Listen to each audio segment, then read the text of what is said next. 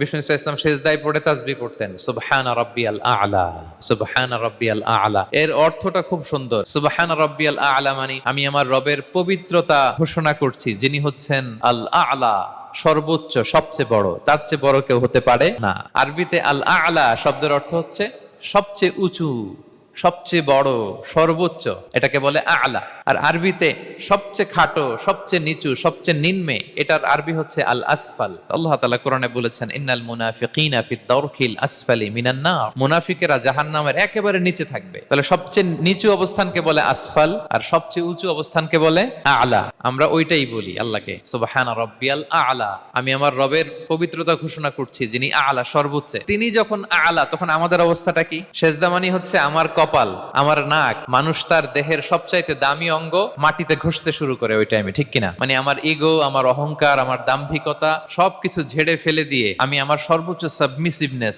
Loyalty, আনুগত্য, humbleness, বিনয় আল্লাহর কাছে দেখাচ্ছি। সেজদায় আমরা যত ছোট হই, এর চেয়ে ছোট আর হওয়া যায় না।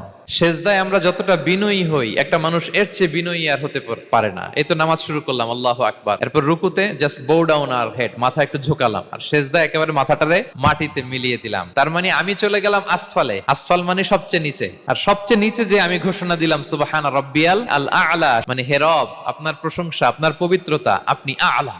আল্লাহ, আমি আর নিজেকে এর চেয়ে তুচ্ছ করতে জানি না, এর চেয়ে ছোট আর করতে পারি না। আমি আমার নিজেকে উজাড় করে দিলাম, সবচেয়ে ছোট, তুচ্ছ, নগণ্য করে আপনার সামনে উপস্থাপন করে আমি ঘোষণা দিচ্ছি সুবহানা রাব্বিয়াল আ'লা। পবিত্রতা সেই রবের যিনি আ'লা, সর্বোচ্চ। সুবহানাল্লাহ পড়েন।